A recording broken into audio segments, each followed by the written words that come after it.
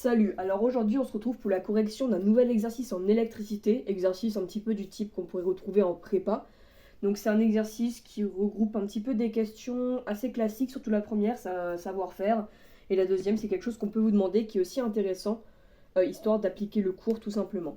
Donc dans cet exercice on va voir la correction détaillée pas à pas, et les savoirs qui sont requis c'est évidemment les savoirs basiques de l'électricité, notamment avec les impédances, les admittances des différents composants, également la notation en complexe, mais également tout le savoir qui est lié aux oscillateurs amortis, qui nous sera très utile pour répondre à la deuxième question.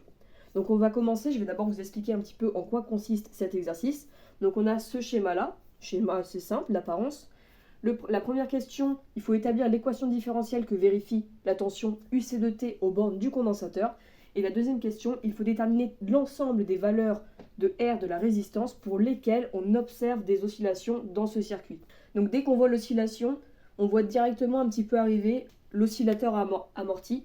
Pourquoi ? Parce qu'on sait qu'on va tomber sur différentes valeurs de delta, de xi, du facteur de qualité, du facteur d'amortissement, pour lesquels on sait qu'il y a oscillation ou non.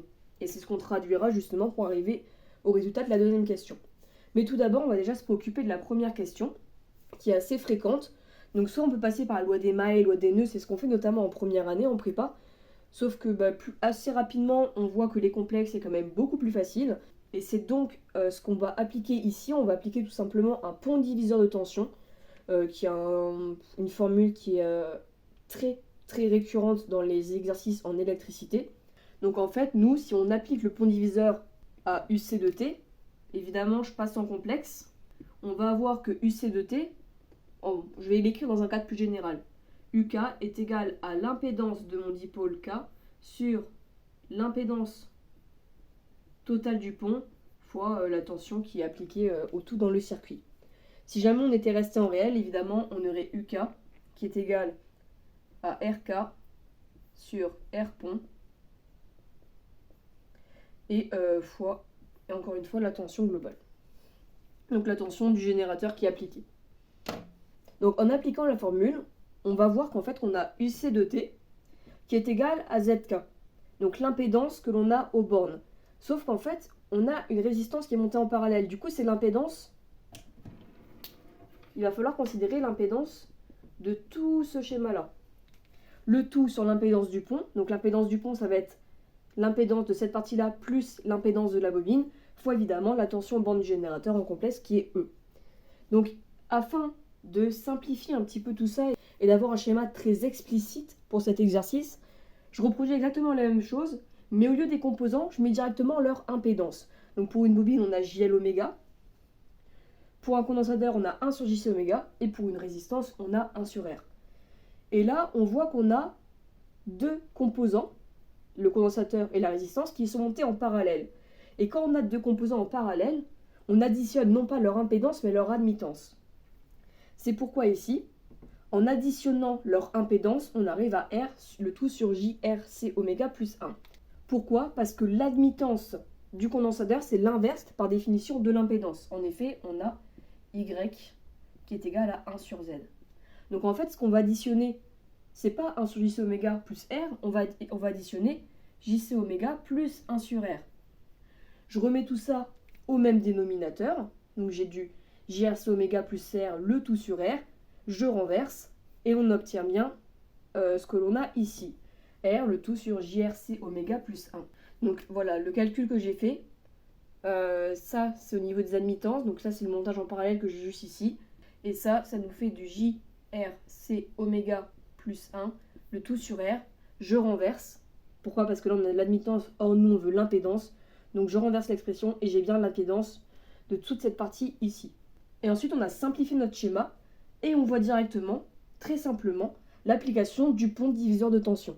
Donc on applique, là j'ai oublié de souligner le UC pour dire que c'est une grandeur complexe, on applique le pont diviseur de tension, donc nous on l'applique à la grandeur complexe UC de T qui est au borne du condensateur, donc on a que l'impédance qu'on a juste ici, donc que l'on a calculé ici, donc on réécrit exactement l'impédance que l'on a ici, le tout sur l'impédance totale, donc on a cette impédance-là plus l'impédance de la bobine, donc on retrouve ici, fois évidemment la tension que l'on a aux bornes de notre générateur.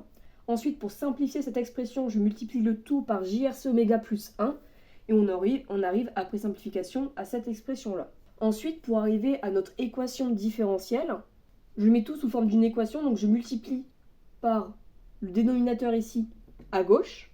Comme ça, j'obtiens une équation sans fraction. Ensuite, je développe tout simplement. Et par la suite, il va falloir se souvenir, donc je vais effacer ça pour me faire un peu plus de place, un petit peu de l'équivalent entre les dérivées complexes et ce que ça représente en réel.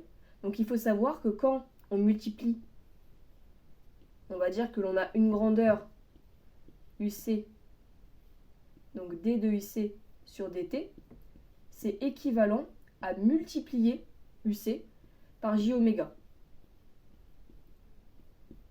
Voilà. Et si on dérive une deuxième fois, donc D carré de UC sur DT carré, ça c'est en réel.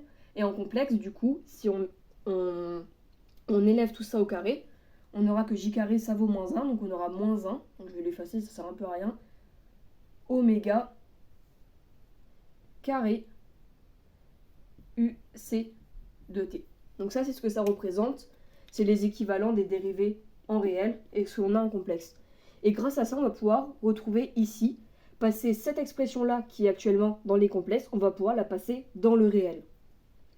On voit ici moins oméga carré, moins oméga carré. Donc on a une dérivée seconde.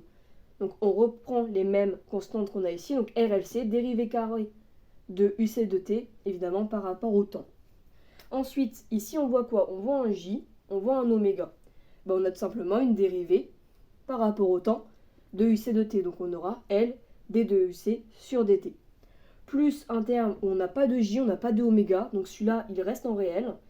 Enfin, il était auparavant en complexe. Et on le passe en réel, donc on a juste R UC de T est égal à R E. Ensuite, cette expression-là, on peut la laisser comme ça. C'est beaucoup plus simple de la mettre sous la forme que l'on a vue dans le cours, qui est généralement celle-ci, celle de l'oscillateur amorti, qui est 1 sur oméga 0 carré, dérivée seconde de S par rapport à dt, plus 2 xi oméga 0. Donc ça, il faut savoir que ça s'écrit également, juste ça, 1 sur Q oméga 0, avec Q qui est égal à 1 sur 2 xi. Donc xi, c'est le facteur d'amortissement et Q, ça s'appelle le facteur de qualité. Plus S de t, là, il faut bien faire attention parce que ici, le but, c'est d'avoir un coefficient 1. Donc ici, je vois que j'ai un R qui me gêne, parce que moi, je veux un 1 ici. Ici, j'ai un 1, moi, je veux un 1. Bah, je divise tout par R. Et en divisant tout par R, on a directement l'équation différentielle qui est vérifiée par la tension aux bornes de notre condensateur. Donc, on a répondu à la première question. Et la deuxième question, si on a bien fait la première, elle est également très très simple. On sait que l'on a des oscillations quand xi, le facteur d'amortissement, est inférieur à 1. En effet, quand il est égal à 1, c'est le régime critique, et quand il est supérieur à 1, c'est le régime transitoire apériodique. Donc dans ces cas-là, dans ces deux cas-là, on n'a pas d'oscillation. Or, quand xi il est inférieur à 1, on a un régime transitoire pseudo-périodique, et par conséquent, on a des oscillations généralement qu'on qualifie d'amorties. Donc ici, on peut identifier, on prend ce que l'on a ici, 1 sur oméga 0 carré, c'est ce qui est devant d carré de UC.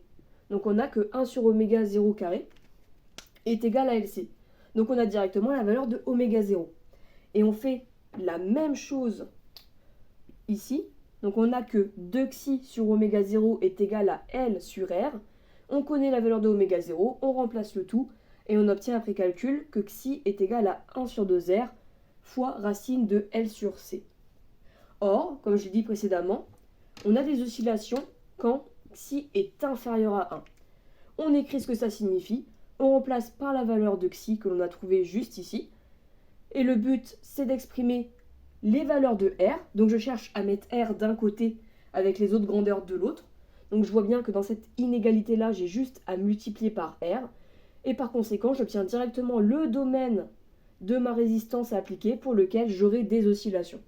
Pour que ce soit un petit peu plus explicite au niveau des oscillations, si je devrais faire un schéma, je ferais ça. Donc voilà, là ce serait à propos du temps. Là ce serait ma grandeur UC que j'ai ici. Là on aurait par exemple la valeur finale que l'on a à la tension plus ou moins 5%. Si jamais xi il est inférieur à 1, ici, c'est ce que j'ai dit, régime transitoire pseudo-périodique, donc on aurait quelque chose qui ressemble à ça et qui s'atténue jusqu'à rester dans le clou des plus ou moins 5% de la valeur finale. Donc ça c'est xi qui est inférieur strictement à 1. Or si on a xi qui est égal ou supérieur à 1, on aurait quelque chose comme ça, où il n'y aurait pas de dépassement, il n'y aurait pas d'oscillation plutôt. Et ça, c'est xi qui est supérieur ou égal à 1. Régime critique si c'est égal à 1. Et régime transitoire apériodique si c'est supérieur à 1 strictement. Donc voilà, c'est tout ce que je voulais dire à propos de cet exercice. J'espère que ça a été clair. En tout cas, si vous avez la moindre question, n'hésitez pas à me les poser dans les commentaires. J'y répondrai également avec grand plaisir et avec le plus de clarté possible. En tout cas, n'hésitez pas à partager cette vidéo. N'hésitez pas à vous abonner si vous voulez voir d'autres corrections d'exercices sur ma chaîne. Évidemment, il y en a déjà quelques-unes qui sont sur ma chaîne. Il y a également pas mal de vidéos sur la prépa. Merci d'être resté jusqu'ici et je vous dis à la prochaine.